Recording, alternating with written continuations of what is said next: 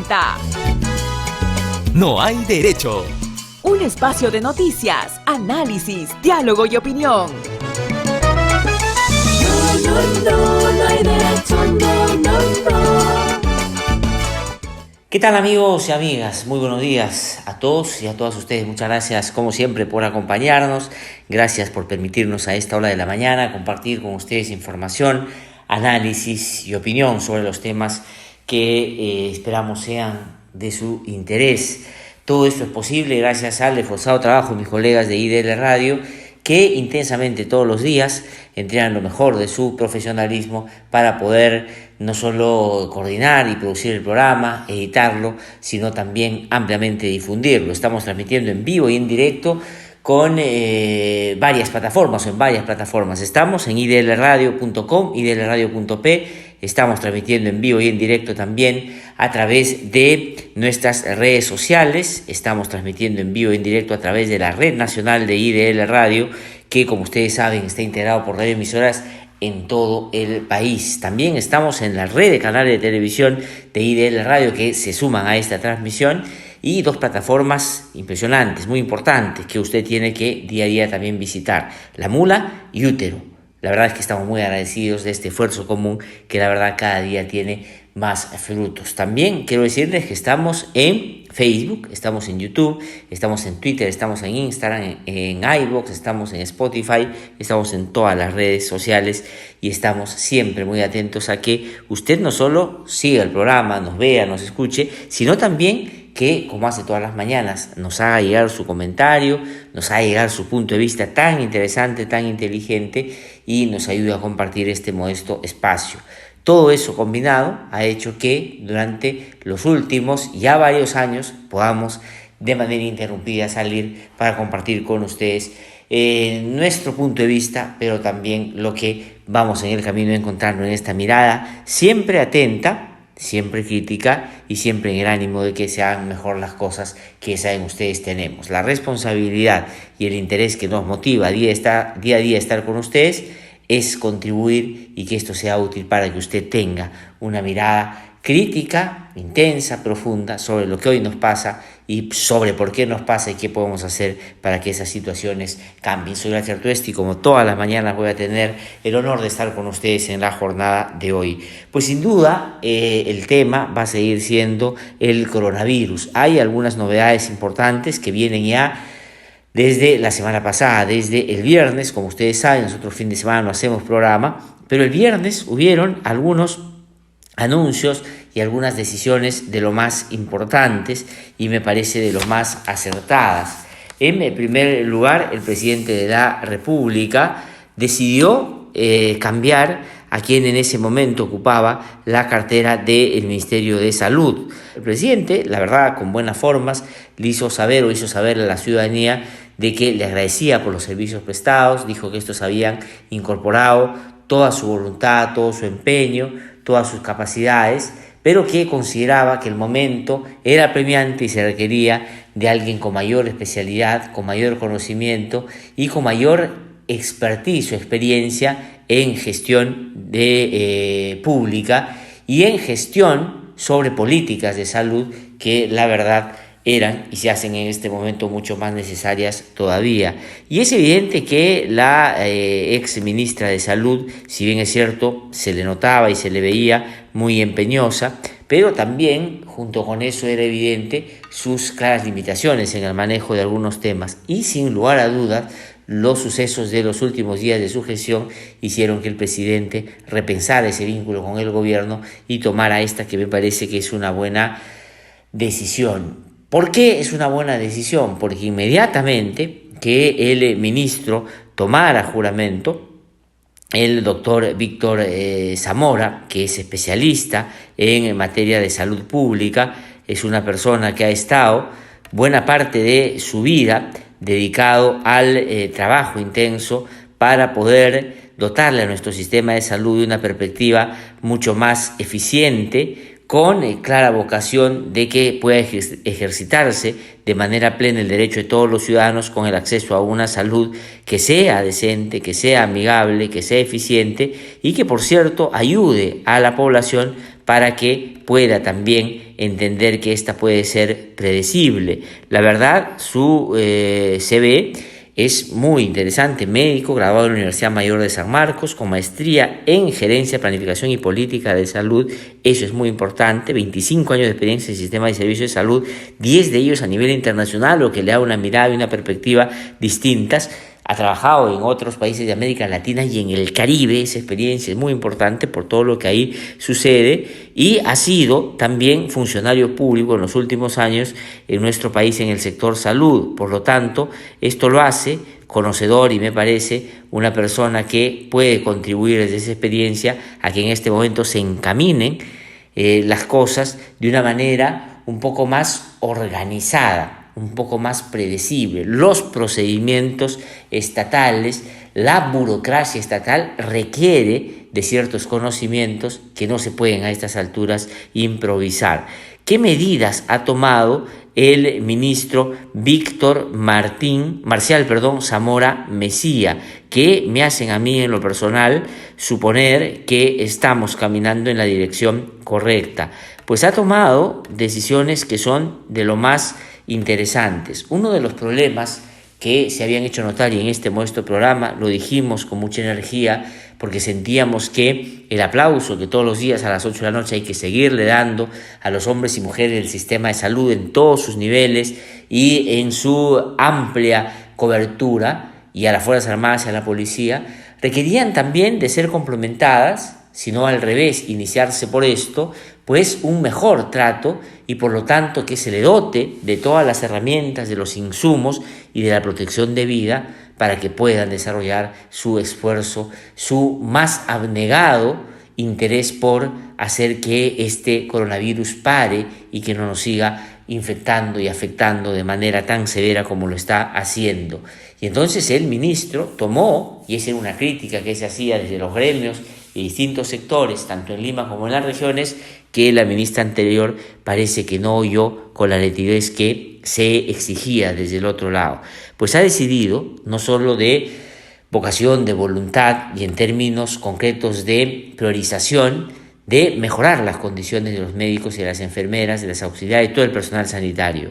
Y eso está bien, porque se habían identificado ya decenas de personas que del sistema de salud están, al parecer, infectados, o por lo menos están siendo evaluados para ver si están infectados ya con este virus, y no podría ser posible que se le mantenga trabajando pues en situaciones muy precarias, en situaciones adversas. No puedes mandar a una situación tan grave, tan impredecible como este virus tan maligno, sin tener pues todas las herramientas y armas para combatirlo.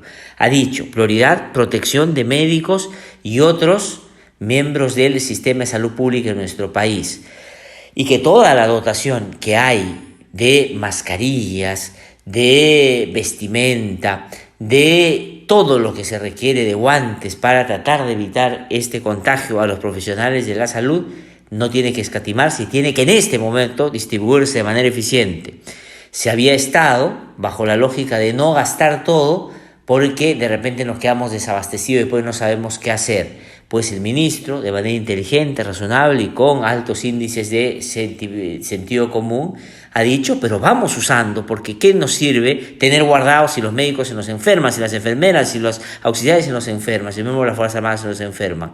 Pues vayamos más bien tramitando muy rápidamente, pese a la escasez, que traigan más de estos insumos básicos para que ellos puedan seguir trabajando. Y esa decisión es importante, porque no solo los y las trabajadores del sistema de salud pública van a sentir que el Estado no los desampara, sino que los está dotando de lo que corresponden, y van a hacer su trabajo como hasta ahora, con más esfuerzo y seguramente con la dedicación que el tiempo y la urgencia demanda. Muy buena noticia.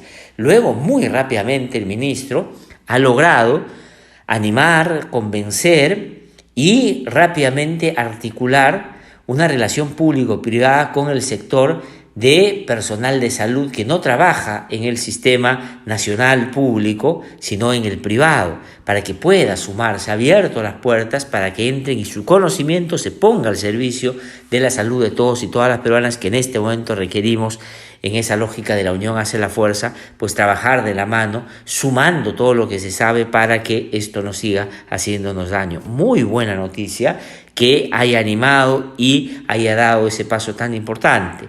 Clara diferencia con la actitud que tuvo la gestión anterior, que al parecer quería, seguramente con buena voluntad, pero sin la visión que se requiere también en estas circunstancias, de querer hacer las cosas lo mejor posible con lo que el sistema de salud público tiene. Ha repotenciado algo que es fundamental, la línea 113. Ya no solo va a atender a más personas, 80.000, dice, llamadas al día, que es mucho más que el doble de las que actualmente se vienen recibiendo. He dicho que hay 400 profesionales de la salud que van a dedicarse a una especie de teleconsultas que va a incorporar, entre otros, no solo los malestares físicos, sino la salud mental, que también nuestra población en una situación como la que estamos, de no poder salir de nuestra casa, que tiene un lado maravilloso, que tiene un lado extraordinario, puede estar con nuestra familia, pero que también genera otro tipo de problemas porque no todas las familias tienen las mismas características y no tienen las mismas, lamentablemente, posibilidades y potencialidades. Por lo tanto, hay un problema ahí que hay que ir trabajando también, y esta línea 113 va a poder ofrecer ese servicio. Y ha hecho una magnífica decisión, ha tomado una magnífica excepción. Hay que, por supuesto, centrar nuestra atención en todos los esfuerzos para parar el coronavirus. La 113 funciona para eso, pero también para otras enfermedades. ¿Qué cosa es lo que está pasando con miles de personas que estaban atendiéndose en el sistema de salud por otros males que también son graves y también lamentablemente afectan con severidad a poblaciones que también están en riesgo en nuestro país? Pues se les había postergado el tratamiento, y esta línea va también a ayudar a esas personas que tienen un tratamiento que no pueden parar, que sufrieron un accidente, que sufrieron un problema en medio de esta situación que no está relacionado con el coronavirus, pero que necesita una atención. Muy buena noticia. Es decir, van a atender la salud mental, van a atender otros problemas de salud y van a repotenciar todo lo que significa la atención por los que presenten algunos síntomas y estén relacionados con el coronavirus. Es una muy buena noticia. Otra noticia que ha adelantado muy rápidamente este ministro, y qué importante es la gestión pública. Y si bien es cierto, aquí tenemos un médico a la cabeza del Ministerio de la Salud, pues lo que hay que hacer es tener gestores públicos que puedan manejar la posibilidad de mover al Estado logísticamente y políticamente, tener capacidad de liderazgo y de mando para hacer que las cosas se encaminen al ritmo que la emergencia demanda y no al ritmo de una burocracia que la verdad a veces no es tan sensible con este tipo de situaciones que hoy día se están lamentablemente presentando. También ha dicho que se van a cuatriplicar más o menos las muestras que se van a ir tomando y se van a quintuplicar la posibilidad de en tiempos rápidos tener los resultados de las pruebas que se vayan haciendo. Y aquí ha dicho que se tiene que abrir todo esto a otros centros que no habían sido tomados en cuenta para también poder, teniendo la posibilidad, la capacidad para poder dar análisis en tiempos mucho más rápidos. Por ejemplo, los laboratorios privados y las universidades van a ser incorporados. Entonces, lo que es hacer un pool de instituciones públicas, privadas, centros de formación académica, universidades, think tanks que puedan trabajar todos de la mano para que en este caso, solo con un ejemplo puntual, puedan, por ejemplo, acelerar los resultados y podamos más rápidamente poner en resguardo a aquellos que ya tienen el virus y que no tienen que seguir propagándolo, desarrollando sus actividades como si no lo tuvieran. Muy importante estas medidas, me parece que es muy importante que se pongan las cosas en su lugar. Es una muy buena decisión del presidente, hay que tener capacidad de dar giros de timón, inclusive en crisis de esta naturaleza, pero hacerlo de manera acertada, para no seguir bajo la idea de que mejor no cambiar, de pronto eso puede ser o jugar en contra. Hay que cambiar si es necesario, y me parece que los primeros anuncios y el comportamiento del propio ministro han dado cuenta de que hasta ahora es una buena decisión. Pero además ha dicho que se va a ampliar la distribución de las muestras a nivel nacional, habida cuenta que se va a traer más de 1 millón para aplicar de manera rápida y tener en un primer momento, por lo menos a los que tienen o se sospecha que pueden tener el virus, en cierta atención, cierto cuidado y en observación permanente. Y ha utilizado no solo en sus afirmaciones, sino parece en lo que en la práctica van dentro de pocos días convertirse en acciones concretas, pues un sistema de distribución que sea mucho más eficiente en todas las regiones y un sistema de ubicación para quienes ya identifican que tiene o se tiene, sobre los cuales se tiene la sospecha de que pueden tener el virus, a través de la geolocalización, porque va a haber aplicativos para poder reportar si es que después de haberse tomado la prueba y haber salido sospechosos, tienen algún síntoma, ubicarlos y ubicar a todas las personas que están alrededor de esa persona que a través de un aplicativo y por geolocalización va a tener que estar ya ubicada para que se pueda poner en resguardo a todos los que pueden tener contacto con ella. Esa es una mirada amplia, comprensiva, que incorpora además, y lo ha dicho el ministro, las experiencias que se han producido en otros países como en Corea del Sur, en China y Alemania. Esos son los 3 países que el ministro ha mencionado en las entrevistas que ha tenido por estos días para tratar de dar cuenta de que efectivamente están avanzando ya con una idea mucho más clara, con una perspectiva un poquito menos nublada, y por cierto, en el marco de la incertidumbre, con algo de más norte, más o menos vislumbrándose hacia dónde avanzar en esta tarea que por supuesto no solo es de salud, sino tiene que ver con otros ámbitos que puedan generarle las condiciones a quienes esta tarea la están desarrollando de manera impecable. Buena noticia. Y el presidente también, el día de ayer domingo, habló y como nos ha acostumbrado ya al mediodía, dio cifras, dio datos. Pero había un elemento muy importante que no se puede dejar de tener en cuenta, que no tiene que ver con la salud pública, no tiene que ver con el coronavirus, pero tiene que ver con el presidente y la manera como está afrontando con liderazgo esta situación. Yo creo que ha tenido que meterse la lengua, ya sabe usted a dónde, y callarse la boca a quienes habían venido criticando que no había liderazgo, que no había información organizada, que se diera de manera centralizada y que no se estaban haciendo las cosas. Lo que las encuestas dicen el día de ayer en una que ha hecho Ipsos Perú para el diario El Comercio, dan cuenta de que la población está percibiendo liderazgo, eficiencia y respalda la decisión del presidente. ¿Y por qué digo que ayer había hecho particular? Porque era su cumpleaños. El presidente dijo que el mejor regalo que le pueden hacer el día de su cumpleaños es quedarse en su casa y comprometerse a seguir contribuyendo con las acciones del gobierno, poniendo cada uno su granito de arena y no generando ese desorden y ese desacato que tiene que ser punible para aquellos que de una manera, la verdad, irracional están todavía saliendo a las calles, poniéndose en riesgo y lamentablemente poniendo en riesgo a buena parte de la población en nuestro país también. Hagámosle caso al presidente, esa popularidad que hoy día tiene porque está haciendo bien las cosas, que sea revertida con hacer lo que él ha pedido y quedarse en casa y tratar desde ahí, al no moverse, parar el movimiento del virus. El presidente Vizcarra ayer al mediodía dijo que tenemos ya 363 contagiados. Vamos a escuchar el reporte del presidente de la República. De las 6.184 pruebas que se han realizado, o sea que ya se han terminado de evaluar, tenemos que 5.821 han sido negativas y hoy tenemos 363 pruebas positivas. 31 están hospitalizados y 5 están en las unidades de cuidados intensivos.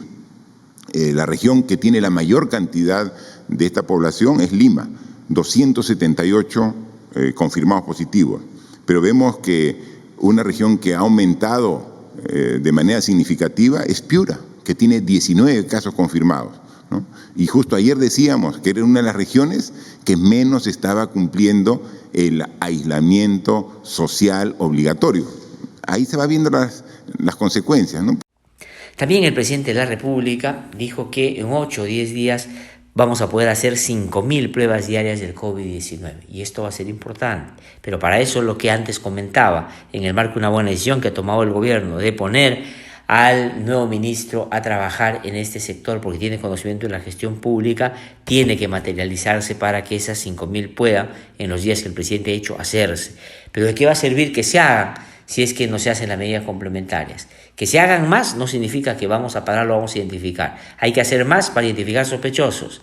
Luego hay que tener a todos conectados y vigilados para que si tienen síntomas, aislarlos a él y a todos los que están a su alrededor. Y mientras tanto se hacen las pruebas definitivas para ver quiénes ya tienen el virus y finalmente apartarlos y evitar que sigan contagiando. Buena estrategia, fácil de decir, por cierto, y no lo digo porque el ministro lo haya anunciado y esté yo refiriendo a sus dichos como que con facilismo está tomando la cosa. No, al contrario, lo que estoy diciendo es que ojalá se pueda cumplir porque sería una muy buena noticia. El presidente Vizcarra dijo 8 o 3 días y así lo dijo el día de ayer. Ya el ministro está haciendo el seguimiento para que durante la semana nos lleguen parte de este 1.600.000 pruebas que ya hemos dispuesto la compra y que ya a través del decreto de urgencia correspondiente se han asignado los recursos para que proceda. Cuando lleguen esas, ya no vamos a hacer solamente las 500 pruebas que estamos haciendo más o menos al día. Queremos multiplicar la cantidad de pruebas por 10. Pasar de 500 a 5.000 pruebas al día, ¿no? Entonces, al inicio, cuando hagamos 5.000, aparentemente también va a incrementarse el número de positivos, porque estamos teniendo una muestra diaria mucho más grande. No vamos a pasar de 500 a 5.000 de un día para otro. Vamos a hacer un proceso gradual de 500 a 1.000, a 2.000 y así llegar hasta las 5.000 pruebas diarias que esperamos tener durante los próximos 8 a 10 días, ¿no? Pero sin embargo también, pese a que creo que el presidente ha demostrado liderazgo, creo que hay una población que mayoritariamente ha acatado las normas y las reglas que el presidente y el Ejecutivo han puesto para contribuir a que este virus se pare, hay algunas cosas que alertan a los especialistas que hay que prestar atención también, porque no vaya a ser que por tratar de acelerar todo vayamos a caer en errores garrafales que en este momento nos pueden costar, y aquí no estoy exagerando, vidas, y además en general expectativas que no se pueden cumplir, y hay que pensar no solo en el día siguiente sino en el mediano y corto plazo para de una vez por todas hacernos cargo de los problemas de salud estructurales que aquí he mencionado de manera reiterada y que siempre hemos ninguneado porque en este país no somos iguales. Hay algunos que tenemos la suerte y los beneficios de tener una salud más o menos a la medida y a la distancia que a nosotros nos facilita, digamos, la posibilidad de tratarnos.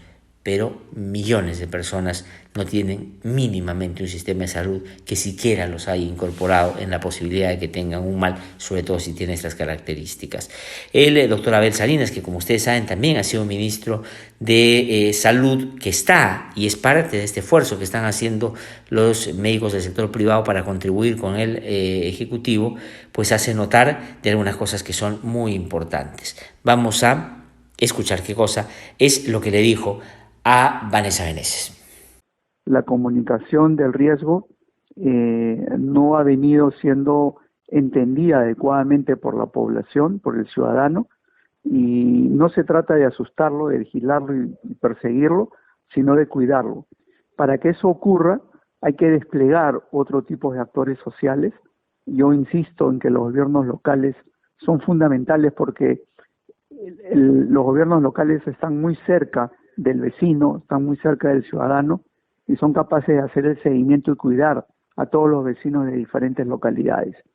Y hay dos otras cosas más que deberían intensificarse. Una, Corea compartió data, hizo seguimiento, hizo un mayor número de pruebas confirmatorias, moleculares, que entiendo esas son las a las que deberíamos apuntar. Y otra cosa más que yo creo que el Ministerio debe hacer es no confundir el alojamiento, el aislamiento de pacientes portadores de la enfermedad, pero sin factores de riesgo, en habilitar algunos espacios como por ejemplo la Villa Olímpica, pero de ninguna manera pensar que esos se van a convertir en hospitales. Para hacer un hospital se necesitan enormes estándares de calidad y de bioseguridad que obviamente no pueden ser alcanzados en un edificio de departamentos. O sea, eso no es dable, no es posible. En consecuencia, Creo que estas cosas son importantes, que el nuevo ministro las vaya desplegando y las vaya comunicando y aclarando en los próximos días. Bueno, esto es bien importante. Hay que tener en cuenta que hay que mejorar el seguimiento a quienes ya tienen, como ha dicho el doctor Salinas, identificado como sospechosos o pueden tener el virus.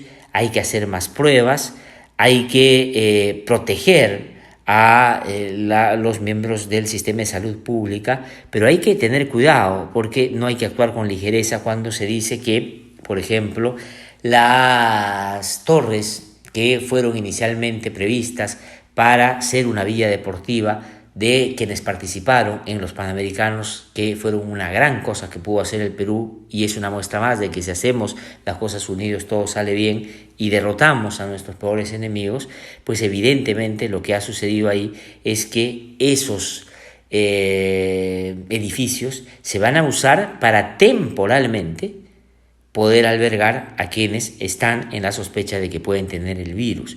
Y lo que dice Abel Salinas es importante, no vaya a creerse que eso van a ser hospitales y la gente crea que ahí tenemos un hospital maravilloso para miles de personas. No, porque los hospitales requieren de una infraestructura, una logística, un tratamiento sanitario de otra índole que no quepa, digamos, la menor duda de que ahí no creo que sea posible hacer, o por lo menos no como algunos podrían estar imaginando.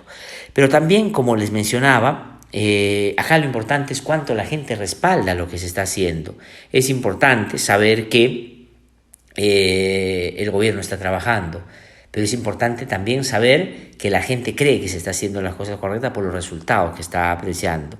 La decisión, por ejemplo, del gobierno de declarar la emergencia sanitaria y de poder, en ese sentido, tomar algunas medidas que inicialmente pueden parecer muy severas, pero han sido fundamentales, ha sido muy bien valorada por la población, que en una encuesta que ha hecho para el diario El Comercio y Plus Perú empiezan a notarse con claridad.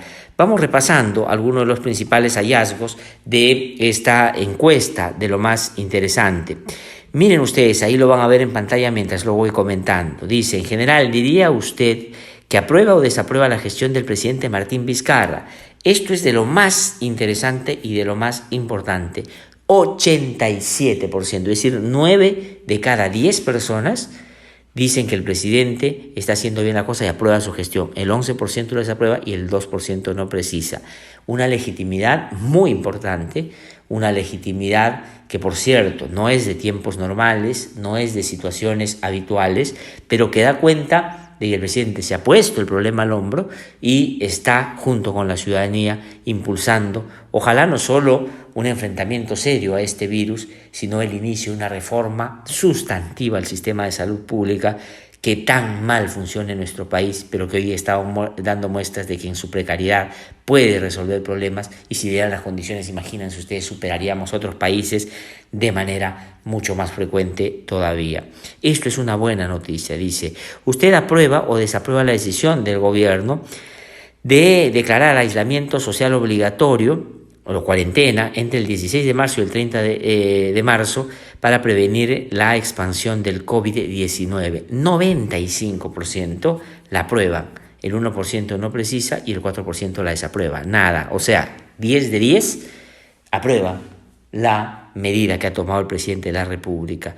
En general, diría usted que desaprueba o desaprueba el desempeño del gobierno frente al COVID-19. Incontrastable. Claro, estamos en una situación excepcional y de emergencia, pero podría la gente creer que el gobierno está, como en otros países, actuando muy mal. Miren ustedes España, miren ustedes Italia. Aquí 83%, 8 de cada 10 están con una nota, le ponen una nota favorable al gobierno en su desempeño en esto que es un problema muy serio de salud pública que nos ha llevado a esta emergencia. Entonces, esta legitimidad ha llevado al presidente de la República a sentirse en la obligación de no defraudar al país y hacer las cosas bien y no escatimar ningún esfuerzo, ni político, ni social, ni económico, para que todo esto funcione. Pero la gente tiene que sumarle a su apoyo virtual, a su apoyo a través de las encuestas, su fortaleza y su clara decisión y vocación de no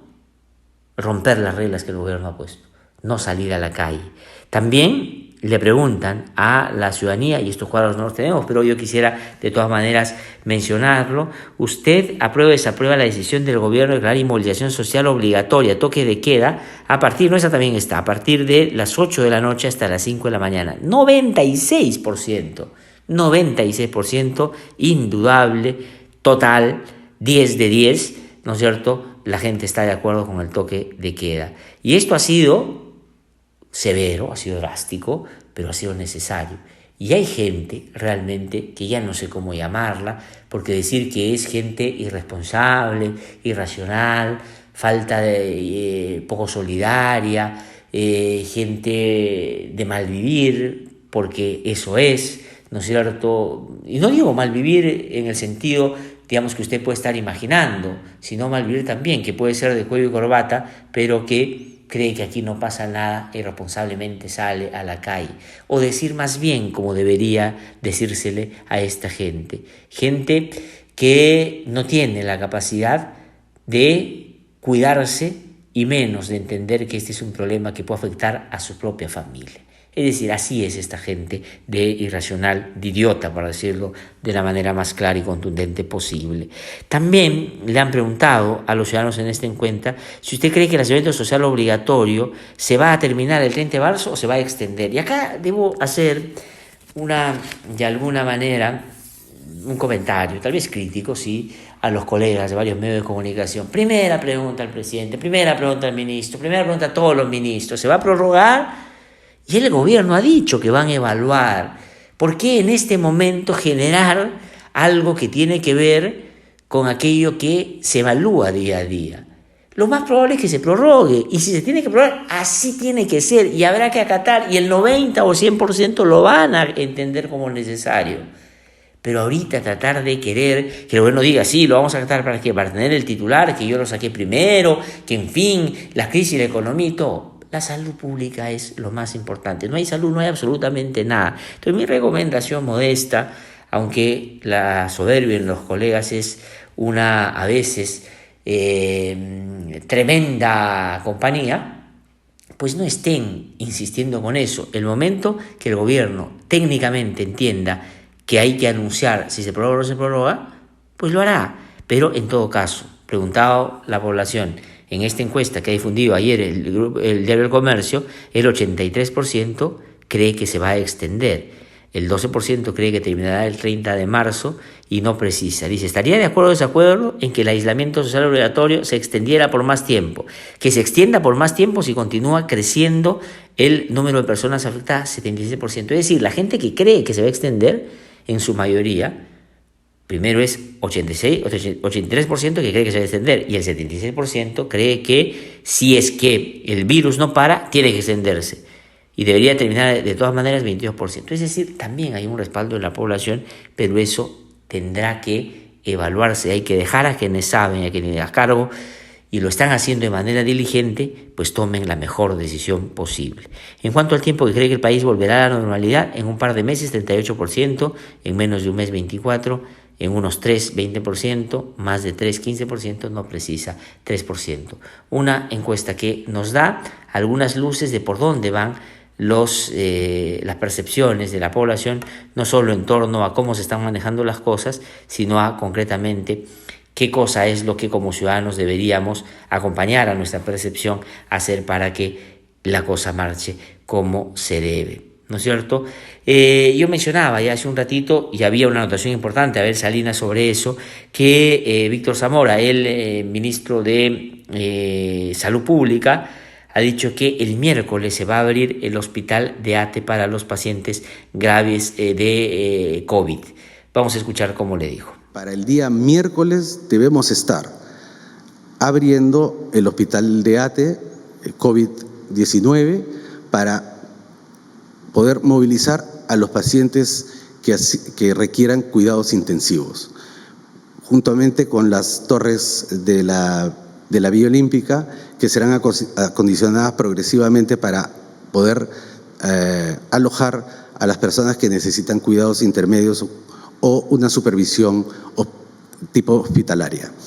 Bueno, he escuchado en otra entrevista decir a Víctor Zamora, ministro de Salud, que en el Perú hay 240 camas de unidades de cuidados intensivos, 240 estatales, y se suman con las privadas, habrá un poco más, pero que en este hospital nuevo que se va a abrir en Atevitarte, que va a ser el hospital COVID-19, se van a habilitar, ha dicho, 50 próximamente y probablemente 100. Y la idea es que ahí se tengan a la mayor cantidad de personas que lleguen a ese estallido, que ojalá no sean tantas. Por eso es que usted no tiene que salir de su casa, no solo para protegerse, sino para no hacer que colapse el sistema de cuidados intensivos.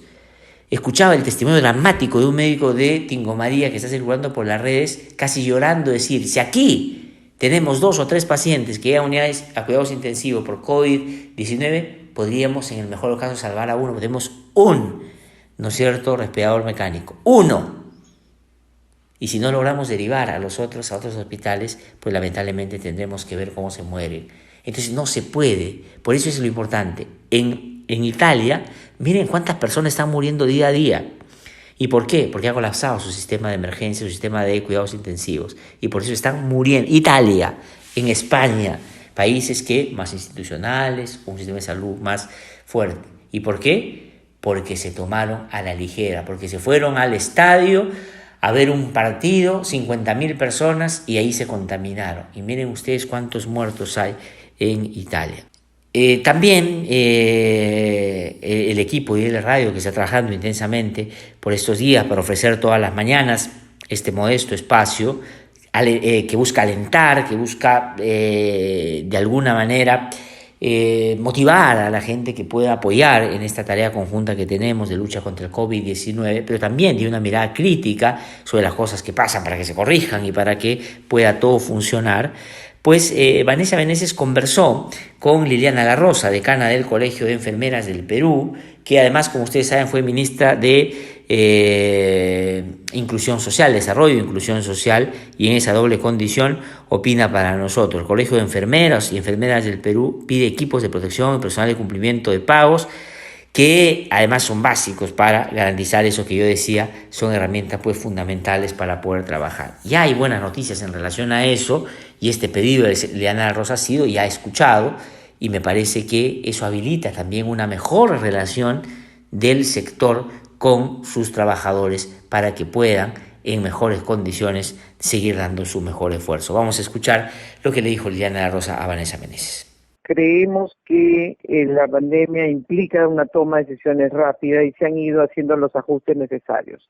Urgen equipos de protección personal. Hemos tenido una reunión con el ministro Zamora exigiendo la entrega rápida de los equipos de protección personal. Sabemos que hay hospitales que tienen los equipos y los han estado restringiendo pensando en poder irlos distribuyendo poco a poco, pero no se puede tener al profesional en ese nivel de riesgo, mucho más cuando todavía no llegan las pruebas rápidas como para poder detectar quiénes se han contaminado. Si un profesional se contamina y cursa asintomático, va a estar contagiando a la ciudadanía. Eso para nosotros es motivo de preocupación. Nuestra exigencia fundamental son los equipos de protección personal para UCI, emergencia, triaje y las zonas de atención directa del coronavirus, y el pago de los servicios no personales. Yo quiero comentarles que tenemos miles de colegas enfermeros que están contratados por servicios no personales a los cuales se les adeuda hasta 3 meses. En otro ámbito de la lucha contra el coronavirus es cómo hacemos para poder ayudar a los que menos tienen. Este es el momento, ¿no? Seguramente muchos se han dado cuenta de que en el Perú había más pobres de lo que uno podía imaginar, o había gente que en un 73%, dice la ministra de Economía, se dedican a la informalidad en nuestro país, o que en nuestro país hay cerca de 3 millones de familias que están en pobreza o extrema pobreza, y que hay 600.000 personas que reciben programas asistenciales y hay que 300.000 personas que tienen pensión 65 porque no tienen otra manera de tener ingresos para ni siquiera vivir, sino sobrevivir, por decirlo de alguna manera. Entonces el gobierno, a través del MIDIS, ha activado ya la página web para conocer a los beneficiarios del bono de 380 soles que se le va a entregar. Yo me quedo en casa.p es donde usted y este programa es escuchado en distintas regiones del país. Y le pedimos a quienes nos estén escuchando que vayan a esta página web, yomequedoencasa.p. Si usted, digamos, no maneja internet, siempre hay alguien que al costado tiene un celular y que pueda ayudar. Y entren en esta página, pongan su DNI, fecha de nacimiento y a darse cuenta si es que son o no beneficiarios de este bono extraordinario que se le va a dar para de alguna manera mitigar el impacto de no salir a trabajar durante 15 días. El Ministerio de Desarrollo e Inclusión Social a través de Twitter informó cómo hacer para que puedan cobrar el bono familiar. Ahí está, yomequedoencasa.p.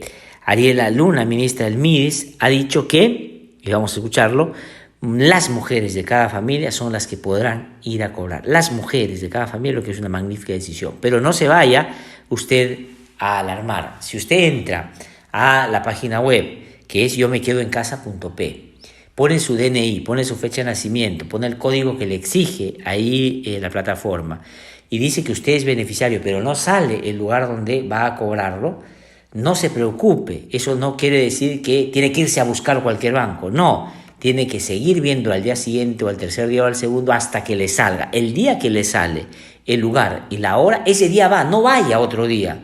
No le van a dar, no va a estar su nombre. El nombre va a estar de la persona que con su DNI vaya y que haya salido con dirección de banco y con horario de presentarse en el banco. ¿Para qué? Para que no vayan las mujeres y hagan colas, se aglomeren y el virus se transmita. Por eso es que hay que hacerlo de manera ordenada. Hay muchas preguntas que han salido en torno a eso. ¿Qué pasa, por ejemplo? Ya ha habido casos de personas fallecidas que aparecen.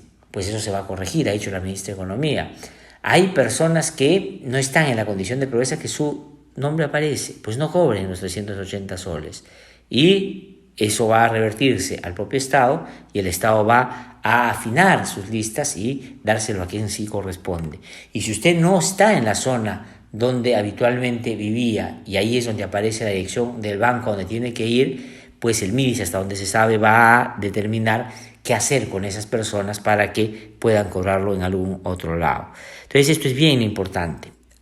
Y esto es otra cosa que estoy viendo acá, me están preguntando también, y tiene que ver con el sector informal, porque este es un sector de extrema pobreza, donde hay gente que trabaja en la informalidad, por supuesto, pero hay un sector que trabajan al día a día y que también está en una situación difícil y que no tienen que comer, ¿no es cierto? No tienen cómo subsistir estos días. Pues la ministra de Economía ha anunciado anoche que es probable que se amplíe a unas 500.000 familias más. 2.700.000 son las que van a recibir el bono de 380 soles. Y van a ampliar unas 500.000 personas más para que reciban ese mismo bono de este sector que está en esta situación, que estaba en informalidad, que trabajaba al día a día, que no necesariamente en situación de extrema pobreza, pero necesita un apoyo en este momento. Las van a identificar y también van a ser beneficiarias de este bono excepcional que les van a dar. También es una buena noticia. Entonces ya no solo van a ser 2.700.000, sino van a ser 3.200.000 familias las que pueden terminar siendo apoyadas por el gobierno. Y también la ministra de Economía ha dicho algo muy importante, porque hay gente que no tiene literalmente para comer. El MIDES está evaluando, esto es una muy buena noticia, que todo lo que estaba previsto durante este tiempo para los colegios en el programa Caliwarma, para que los chicos y chicas puedan, digamos, alimentarse, se lo puedan trasladar a estos chicos que lo necesitan y a otras familias que en este momento no tienen acceso a ninguna forma que les permita alimentarse debidamente. Esto es bien importante. Y es tan importante que Carolina Trivelli, que ha sido ministra de Desarrollo e Inclusión Social y fue la forjadora de este ministerio, le dio institucionalidad a los programas sociales cuando estuvo en el gobierno, pues ha dicho que hay que poner todo el esfuerzo en los adultos mayores que están en estado de vulnerabilidad. Y ha dicho que efectivamente el hecho de que los chicos no estén en el colegio y se queden en la casa, de repente está generando otro problema de alimentación, porque cuando iban al colegio tenían Caliwarma que les brindaba lo que requerían para estar bien alimentados y ahora no lo tienen. Hay que ver cómo se también focaliza en ese sentido. Por eso es bien importante que se pueda tener claridad en los programas sociales. Vamos a escuchar la conversación que tuvo María Sosa con Carolina Trivelli. Esto es lo que le dijo. Claramente hay consecuencias en el caso de los niños que asisten a cuidado diurno de Cuna Más, que ahora están en su casa. Va a ser conveniente que el propio MIDIS, a través de las madres cuidadoras y las madres cocineras, compartan con las madres de los niños que asisten regularmente a Cuna Más las recetas, la consejería nutricional, porque es probablemente allí donde va a haber un efecto en la salud de los niños, ¿no? Porque el alimento que reciben en Cuna Más es un alimento diversificado, balanceado, rico en proteínas, y esto puede estarse viendo limitado en sus domicilios. También es importante que las madres cuidadoras compartan consejos para mantener a los niños activos, cuidados, estimulados en estos días de aislamiento. En el caso de comedores populares, probablemente el efecto sea menor porque, reconociendo que las señoras de los comedores populares son uno de los grupos mejor organizados que tenemos en nuestro país, seguramente ellas han distribuido ya los alimentos que tenían disponibles en el comedor y seguramente están cocinando en sus casas y compartiendo parte de esta comida con los otros vecinos de sus barrios. La ventaja de los comedores es que tienen una operación ultra localizada en barrios. Esto seguramente va a mitigar cualquier impacto adverso. Lo importante es reconocer que el MIDIS está tomando las medidas de prevención que le corresponden, pero sobre todo está poniendo todo su esfuerzo en lograr dos acciones que son primordiales: en la entrega oportuna del bono de 380 soles en los próximos días y, sobre todo, y lo más importante, la atención a los adultos mayores en condición de riesgo a través de visitas domiciliarias. El MIDIS tiene que poner el mayor esfuerzo en estas dos acciones, que son las que van a afectar a grupos vulnerables y a atender situaciones de extrema vulnerabilidad. Entonces, habló de los comedores populares que, digamos, por su propia esencia, son y tienen la capacidad de contribuir de manera importante a la alimentación de la gente, y en escenarios como esta tiene que repensarse la posibilidad de que puedan seguir cumpliendo con esta labor. Y, por cierto, esto que mencionaba de la alimentación de los niños y el programa Cali Warma, que no se está desarrollando por obvias razones, que podría tal vez focalizarse en estos sectores más vulnerables. Una muy buena noticia de alguien, además como Carolina Trivelli, que tiene conocimiento y tiene esa sensibilidad para trabajar estos temas de una manera muy importante. Pero, obviamente, todo esto funciona si es que usted se queda en su casa, pero si no, no sirve para nada. El presidente Martín Vizcarra ha dicho, y esto es lamentable, 11.000 personas han sido detenidas desde que se inició el estado de emergencia, que salen a correr, que van al gimnasio, van a tomar un trago, que se sientan en un parque, se ponen a conversar en la esquina, que van a comprar en la mañana el pan, se olvidan, al mediodía regresan a comprar y salen 10 veces al día. Y eso es una tremenda irresponsabilidad que no nos podemos permitir en este momento. 11.000 personas han sido detenidas en el marco de estas disposiciones que ha dado el gobierno. Vamos a escuchar qué dijo el presidente, indignado por supuesto, y compartimos totalmente su indignación por este dato tan infame, la verdad. Vamos a escucharlo. Siempre tenemos gente irresponsable que hace lo contrario. El informe que nos da la Policía Nacional, que el acumulado hasta el día de ayer ya son 11.000 ciudadanos que han sido detenidos por incumplir las normas que hemos dado. 11.000 ciudadanos, ¿no?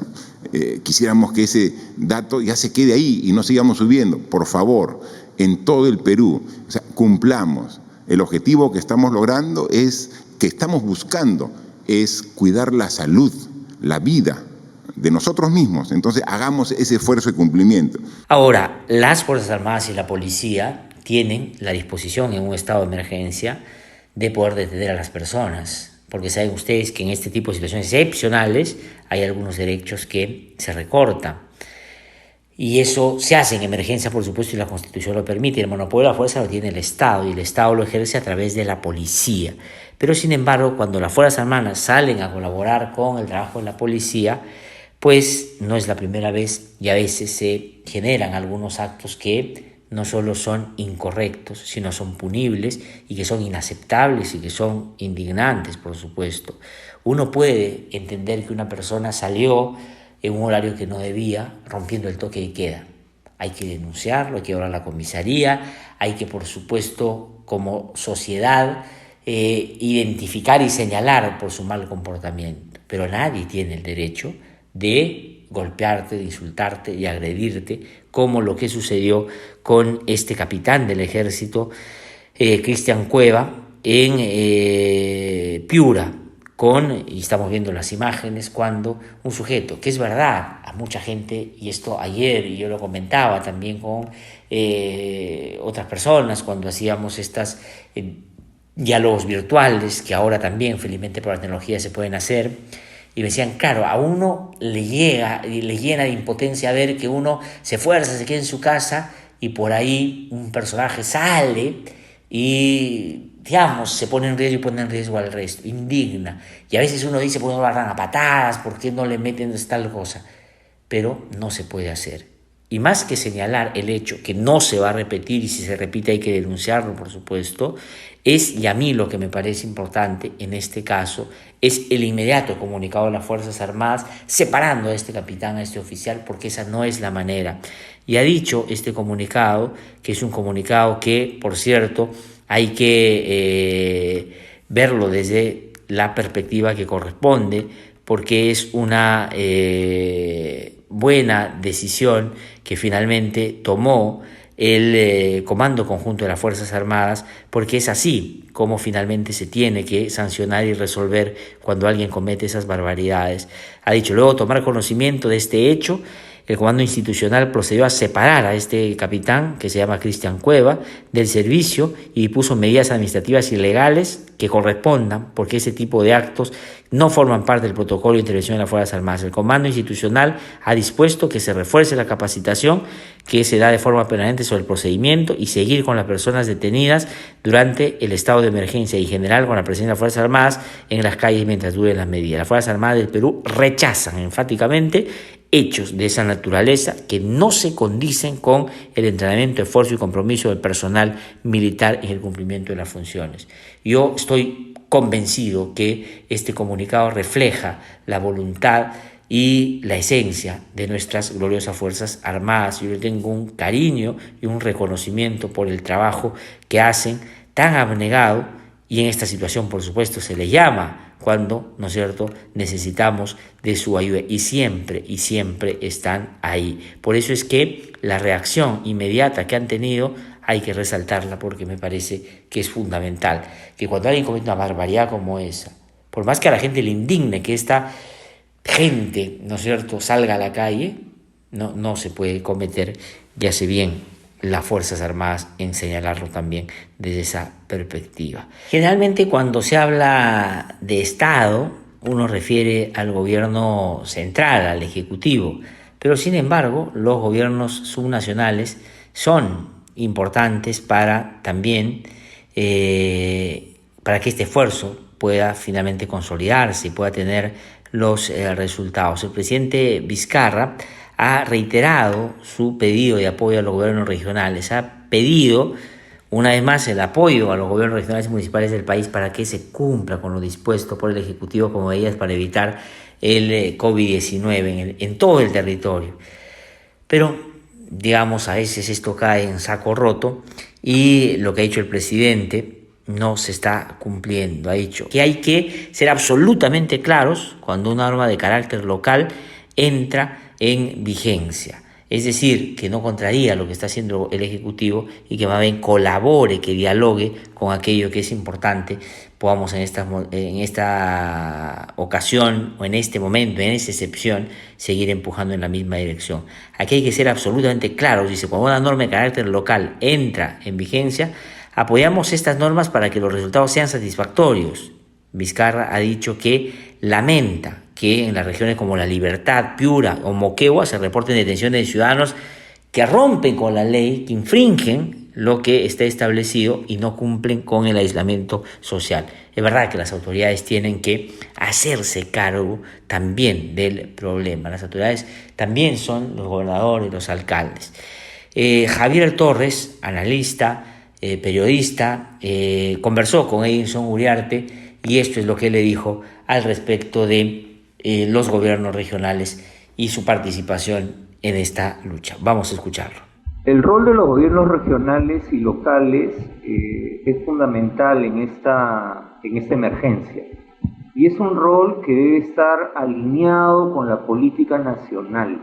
Creo que en lo fundamental, además, las autoridades, así como hace el presidente, digamos, a través de sus conferencias, tienen que invocar a la ciudadanía a que la ciudadanía cumpla con el aislamiento social obligatorio.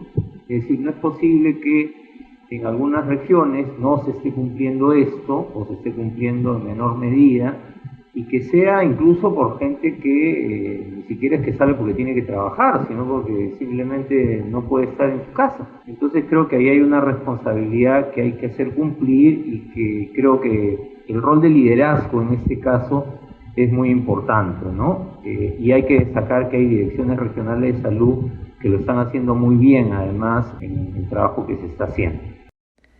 Parecería que los gobiernos regionales no se hacen cargo de este problema como deberían, ¿no? Cuando es su responsabilidad por estar tan cerca de su propia población y se supone tener ascendencia frente a ella. Pero a veces están tan desprestigiados varios de ellos que la verdad no sé si eso en términos prácticos sumaría, pero de todas maneras tienen que asumir con responsabilidad el cargo. Para eso tanto quisieron llegar a lo que hoy día ocupan. Y esto es un escándalo, realmente esto es una vergüenza. Un congresista de Unión por el Perú usó un vuelo humanitario para traer a 11 familiares al Cusco. En el marco de este estado de emergencia nacional, que digamos nos tiene a todos preocupados y trabajando intensamente porque la propagación del COVID-19 es un asunto que nos puede perjudicar y nos perjudica a todos, los congresistas Rubén Pantoja, Matilde Fernández y Juan de Dios Guamán Champi utilizaron un vuelo humanitario que lo que buscaba era ayudar a personas con bajos recursos de traslados al Cusco. Esto fue el último 19 de marzo. Los 5 parlamentarios que representan al Cusco enviaron un oficio al presidente del Congreso, al señor Manuel Merino de Lama, y pidieron apoyo para el traslado de un grupo de pobladores cusqueños que se encontraban varados en Lima. Bueno, hasta ahí tenía razón. En efecto, el vuelo humanitario se realizó el 21 de marzo. Sin embargo, no solo se trasladó a ciudadanos varados de bajos recursos, sino también a los congresistas Rubén Pantoja, Matilde Fernández y Juan de Dios Guamán Champi, de acuerdo a la relación de los pasajeros que abordaron ese avión que tenía como interés era un vuelo humanitario. Incluso, y esto es realmente indignante, incluso la nómina de pasajeros resaltan 11 familiares directos de Rubén Pantoja, quien habló con RPP. Y el congresista de Perú reconoció que viajó junto a algunos familiares, dijo. Realmente ahí están viendo ustedes la relación de los pasajeros. Pregunta, ¿para qué tienen que viajar los parlamentarios si estamos en un momento de inmunización? No, es que quiero estar con mi población, yo tengo que estar al lado de mi gente. ¿De qué va a servir que estén si lo que tiene que estar guardado en su casa? Esto realmente es una cosa incomprensible. Lamentablemente el mal ejemplo cunde, la gente ve este comportamiento y por eso es que vemos tanto sinvergüenza por ahí, y hombres y mujeres, lamentablemente, pues sin cumplir las normas que el gobierno ha dispuesto. Ya yo había mencionado que la ministra de Economía ha dado a conocer que se va a incrementar, ampliar el padrón a 500.000 personas más o familias más que están en condición difícil en este momento y que son personas que trabajan en la informalidad en nuestro país, digamos, abierta, clara y mayoritariamente informal, valga la redundancia. Pues para saber cuál es su situación, para saber qué cosa es lo que en este momento requieren y cómo la están pasando, María Sosa conversó con Miguel Silva, dirigente de los trabajadores de ambulantes de La Parada. Y esto es lo que le dijo. Vamos a escucharlo. El estado de emergencia en realidad nos agarró desprevenidos, no teníamos conocimiento de lo que iba a suceder, pero lamentablemente los efectos que causaron fue la desesperación de los compañeros trabajadores. En tal sentido de que nosotros somos trabajadores que ganamos para el pan diario de nuestra familia. Nosotros solucionamos el problema de nuestros hogares vendiendo en la calle por la necesidad que tenemos, porque no tenemos un trabajo para poder desarrollarlo. Los ambulantes, en realidad, hoy día estamos expensos a cualquier cosa de lo que nos pueda suceder. El gobierno ha dictado medidas de emergencia en la cual nosotros estamos acatando, pero lamentablemente hay algunos que no lo pueden acatar porque lamentablemente tienen que trabajar diariamente y tienen que exponerse a la contaminación del coronavirus, porque no tienen otra cosa que hacer, porque ellos trabajan para comer diariamente. Y sabemos que el gobierno ha dictado medidas como esto, el bono de los 380 soles, pero este bono lamentablemente no alcanza, no está calificado para nosotros, solamente para pobreza y extrema pobreza. Nosotros somos pobres, pero el gobierno no ha hecho nada, absolutamente nada, por ver que este problema alcance a los trabajadores ambulantes, porque nosotros somos de una pobreza extrema.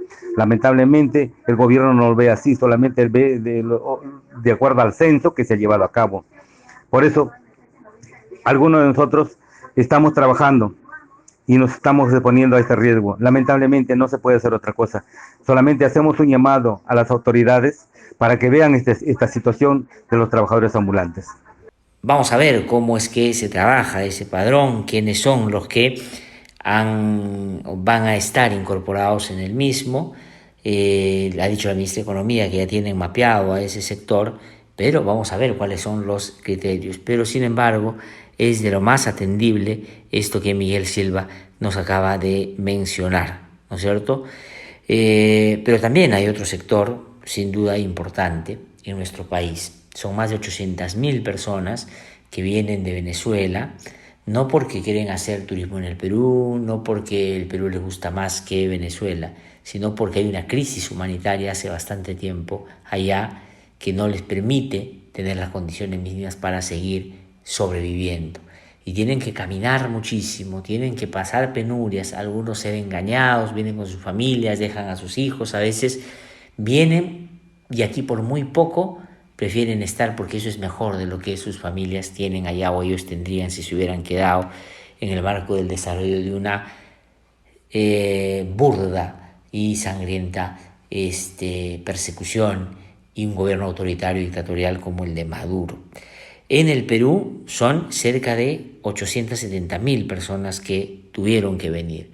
Y seguramente ustedes, como es razonable, los que se preocupan y cómo hacemos, es verdad que una cantidad tan grande nunca se ha visto de migrantes en el Perú, y a veces uno tiende a creer que con ellos inician todos nuestros problemas y hablan de que ese es el problema de la seguridad, que es el problema que le están quitando trabajo, y eso, la verdad, las estadísticas, los datos dan cuenta de que eso no es así. Y hay que ser solidarios, porque ellos lo fueron con nosotros cuando mucha gente se fue al Perú, sobre todo en la época de los 80 y comenzando los 90. Pero ahora están en una situación difícil.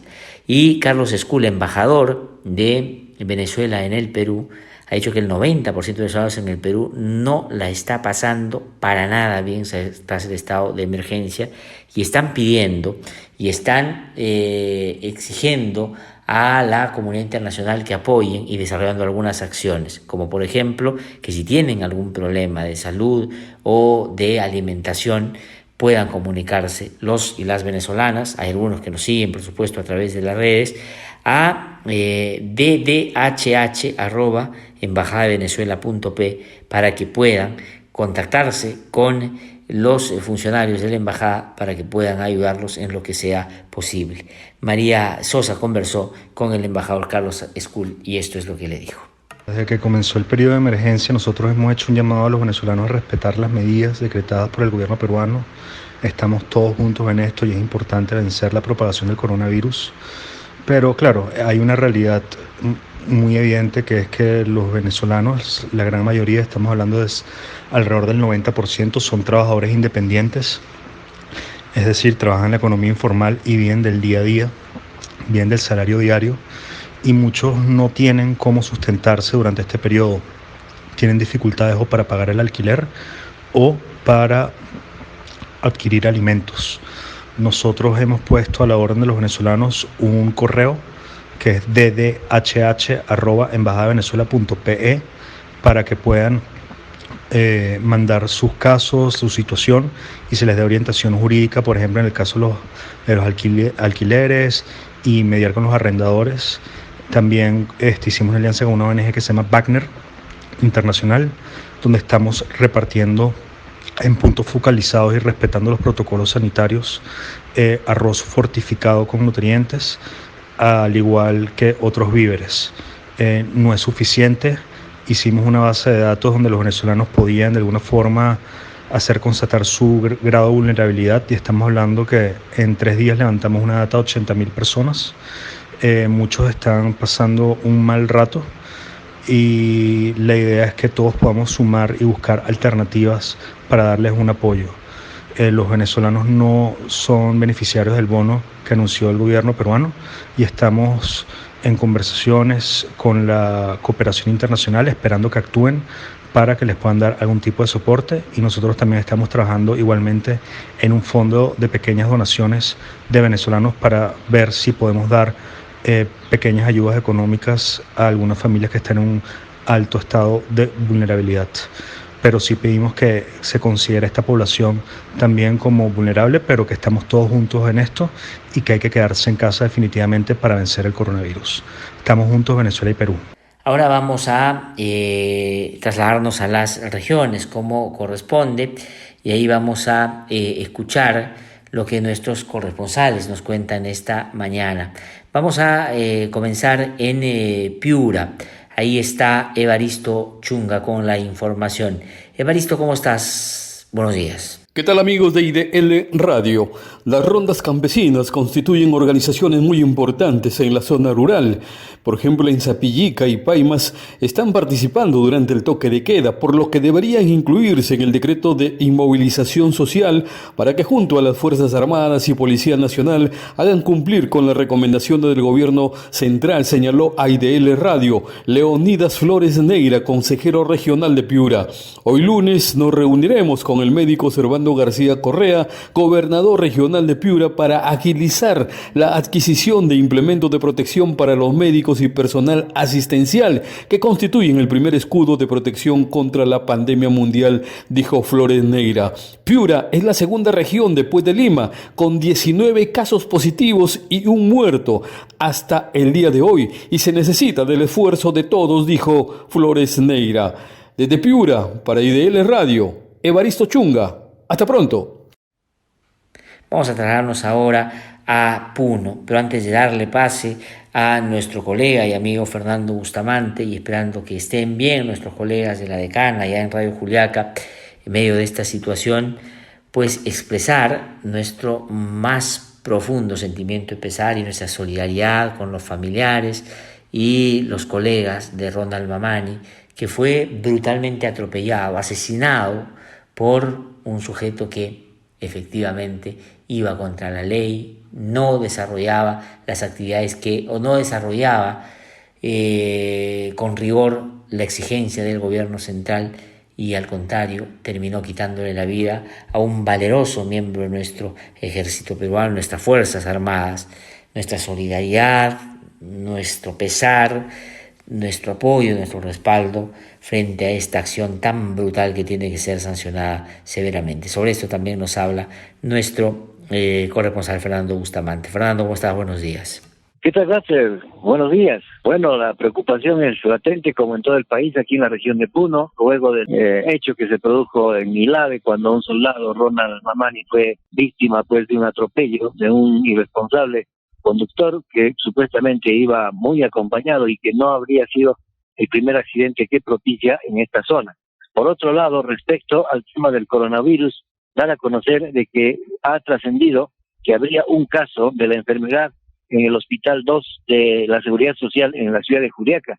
Sin embargo, pese a que una señorita tiene toda la sintomatología, aún no se ha podido realizar el descarte en vista de que no existen los insumos químicos aquí en Puno. Esa sería una de las razones por las que hasta el momento no se reporta ningún caso de coronavirus en la región de Puno. La población está preocupada y fundamentalmente funcionarios de salud exigiendo de que finalmente también en la región de Puno existan los elementos necesarios para poder diagnosticar la presencia de este mal. Ojalá que esto se pueda producir luego de los anuncios que quiere el presidente de la República, en el sentido de que en Puno también se instalaría un puesto de esta naturaleza. Esta es la información para IDL desde Juliaca, Fernando Bustamante. Y vamos a trasladarnos ahora a Madre de Dios. En Puerto Maldonado está nuestro colega Juan Rojas Bermúdez. Los mineros ilegales siguen haciendo de las suyas también en esta situación. Adelante, Juan, ¿cómo estás? Muy buenos días. Amigos de No Hay Derecho, buenos días. Glatzer, buenos días. El Gobierno Regional Madre de Dios, Policía Nacional del Perú y Fuerzas del Comando Conjunto colaboraron para cumplir el decreto supremo y estar en casita. Al parecer, esas disposiciones no están siendo practicadas por mineros ilegales en la zona de amortiguamiento de la Reserva Natural Tamopata. El último viernes, al promediar mediodía, personal de la Fiscalía Ambiental, Policía Nacional del Perú, intervinieron un grupo de 8 tracas, balsas, en plena labor de extracción de oro, en kilómetro 110, generando balacera en la que falleciera el trabajador identificado como Michel Ávalos Aguilar, de 25 años, capturando a Wilber Guamán Paucar, de 44 años, que registra antecedentes en la Fiscalía por asalto agravado, robo agravado a domicilio, entre otros. El hecho de trasladar el cadáver y llevar detenidos generó malestar en la población, ocasionando ataque civil a las autoridades. La camioneta del fiscal Karina Garay fue incendiada y las investigaciones de este suceso continúan a cargo de la Policía Nacional del Perú Ambiental. No hay derecho. Y del radio Juan Rojas Bermúdez, Madre de Dios. Hemos terminado así nuestro recorrido por las regiones y ahí, como ustedes han visto, esto que acabamos de escuchar de Juan Rojas, que se generó incluso una balacera entre personal de la policía que acompañaba a fiscales ambientales ahí en Madre de Dios, cuando fueron a verificar o a certificar que efectivamente mineros informales seguían haciendo estos actos terribles contra la naturaleza, contra la ley y contra los propios ciudadanos y ciudadanas que viven en esta zona del país. Se produjo una balacera y después, incomprensiblemente, atentaron, incendiaron, inclusive, dice nuestro corresponsal, una camioneta del Ministerio Público. Esos actos vandálicos pues tienen que ser sancionados. Si bien es cierto, hay el derecho a reclamar, hay el derecho a levantar la voz, hay el derecho de disentir de las políticas del Estado, y nosotros no solo estamos de acuerdo cuando eso pasa muchas veces y no las alentamos, porque efectivamente es lo que corresponde hacer en situaciones de tanto maltrato, de tanta violencia y la poca capacidad de los gobiernos para hacer que todos seamos ciudadanos con los mismos derechos. Pero este tipo de cosas no se pueden permitir. Y justamente sobre lo que efectivamente no se puede y no se debe permitir y qué cosa debemos hacer estando en casa, el Ministerio de Educación, y me imagino que Carlito Yancul, que es el productor del programa, va a preparar algo sobre este tema para mañana, es que el Ministerio de Educación está desarrollando unos programas que se van a tener que sacar adelante para los chicos y chicas que no pueden ir al colegio de las instituciones públicas, sobre todo porque hay que recordar que la educación pública no pudo comenzar el año y los colegios privados, que ya tienen su propia dinámica, sí lo están desarrollando. Y esto se va a desarrollar en lenguas nativas, originarias de miles, si no millones de personas que se comunican en un idioma distinto al castellano. Se va a traer a través de la radio, de la televisión y otras tecnologías que ojalá puedan ser eficientes, y hay que contribuir a que esto pueda funcionar. Nosotros nos ponemos a disposición de eso para poder también difundir acá el programa, distribuir a través de nuestra red todo lo que se tenga bien producir para cumplir con esta finalidad de mantener a nuestros chicos y chicas en educación, como ha dicho el ministro Martín Benavides, que acertadamente ha salido a decir que va a ser una educación ciudadana, en valores, en principios, que es lo que en este momento se requiere. Ojalá que cuando las cosas pasen, porque van a pasar, podamos regresar a ser o a procurar ser ciudadanos y trabajar intensamente desde la escuela para promover principios, valores democráticos, entendernos de una manera distinta, procesar nuestras discrepancias de maneras distintas y organizarnos para siempre prever o proveer al Estado una institucionalidad que esté atenta a las necesidades de su gente. Y eso pasa por la educación. El presidente ha invocado a los medios de comunicación, estoy totalmente de acuerdo con eso, que en este momento, que los chicos y chicas están en su casa, saquen esa porquería que a veces ponen y que lejos de ayudar contamina la mente de nuestros escolares, y pongamos a trabajar en cosas que puedan contribuir a fortalecer esa ciudadanía que nos hace pensantes, que nos hace mejores electores, que nos hace mejor país, que nos hace más respetuosos entre nosotros mismos y conocer nuestros límites de derechos y proveernos de la responsabilidad para cumplir con nuestros deberes. Me parece que es bien importante que por ahí se avance y ojalá las cosas se hagan bien y de verdad que todos los medios deberíamos contribuir. Esto en el ánimo de que ojalá nos hagamos cargo. Nos hemos dado cuenta con esta emergencia que en el Perú hay poblaciones vulnerables. Nunca como antes he escuchado esa frase, ¿no? Que antes la gente creía que era, digamos, algo indefinido. No, tiene rostro, tiene cara, tiene nombre y viven en este Perú, tienen DNI, pero no son ciudadanos que ejerzan todos sus derechos. También he escuchado que se ha hablado por estos días de personas con altos niveles de indefensión y con altos niveles de desprotección. Bueno, eso hay en el país hace mucho tiempo. Hay 7, sino 8 millones de personas que no tienen agua. Hay colegios que no tienen agua. Hay escolares que tienen que caminar horas de horas para llegar a su colegio, llegan desnutridos, no tienen cómo alimentarse, cuando se enferman no hay postas. Todo eso nos estamos dando cuenta hoy. Ojalá que nos hagamos cargo. Hay que salir de la emergencia, por supuesto, y lo vamos a hacer.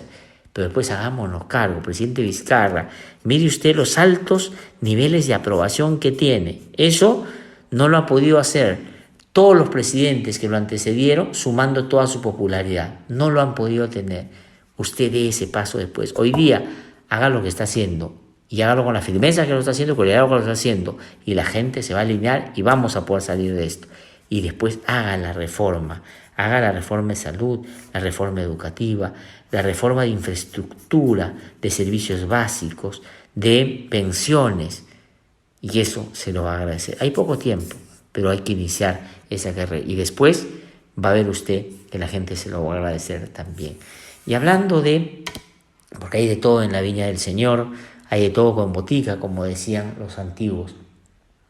Hay gente irresponsable, hay gente irrespetuosa, hay gente, digamos, que habla, como se decía cuando era chico, habla solo porque tiene boca y se la llena sin buscar contribuir, sino basado en la impertinencia y el ánimo de fregarle la vida a los que no piensan como ellos.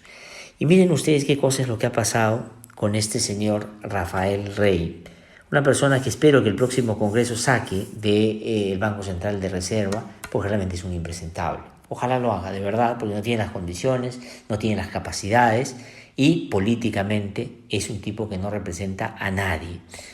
¿Qué cosa es lo que dijo hace unos tantos días? En un trío, digamos que se parece a los tres chiflados, un trío de idiotas que simplemente paran balbuceando una serie de cosas que, la verdad, a ellos les hacen reír, pero que en realidad son muy irresponsables. Se burlaban de las decisiones que tomó el presidente Vizcarra en torno al coronavirus.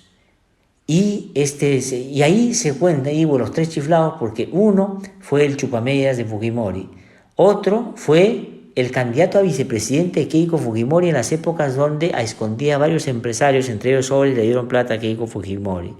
Y el otro, digamos, uno que fue un tipo que seguramente de bonachón, García lo hizo embajador en algún momento.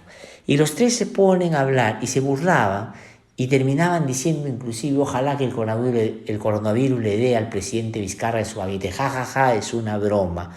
Y el impresentable de Rafael Rey decía, poniendo una caricatura, un meme de alguien que mostraba un cartel que decía, tengo coronavirus, y decía, esa es la mejor manera para alguien que está embriagado y maneja, no le pare la policía. Pues bueno, ahora ha dicho él mismo a través de su cuenta Twitter de que está contagiado por el COVID-19. Y ojalá se recupere y le deseamos lo mejor, por supuesto. Y este Estado y ese gobierno de que despotricaban y de que se burlaba, va a tener que hacer todo su esfuerzo para que él salga bien librado. Porque el Estado también tiene que proteger a los idiotas, porque eso es así. Así tiene que ser. Así como hace poco hablábamos de que a Toledo lo van a sacar de una cárcel porque se puede contagiar del coronavirus. Hay gente que dice, ¿cómo? Ya obtuvo la libertad. No, porque todos los ciudadanos tenemos derecho. Y él no puede morirse en una cárcel, no le puede dar en una cárcel de este virus. Lo queremos aquí, sentado frente a los tribunales, para que responda por lo que hizo a nuestro país. Y para eso es que también hay que trabajar. Porque así es como hace las cosas un Estado democrático. No como esos gobiernos que le gustarían al señor Rey seguramente. Miren cómo ha terminado su ídolo, Bolsonaro, ¿no? Cómo ha terminado. También en una situación parecida a él y teniendo que tomar medidas drásticas porque se dio cuenta que esto no era un jueguito, como su ídolo Trump también de Rafael Rey decía en Estados Unidos. Pero para ellos también hay Estado, para ellos también hay derechos y para ellos también seguramente va a haber en este momento una respuesta para que se puedan sanar, que es lo que, por cierto, les deseo. No tengo tiempo para más, como será hasta el día de mañana a las 7 en punto, aquí en No Hay Derecho. Quédese en casa, cumpla con lo que ha dispuesto el gobierno, ponga de lo suyo. Cuidemos, y esa es otra cosa que hay que evitar, a los viejitos, no, personas de tercera edad con derechos, hay que cuidarlos, hay que protegerlos y hay que ampararlos.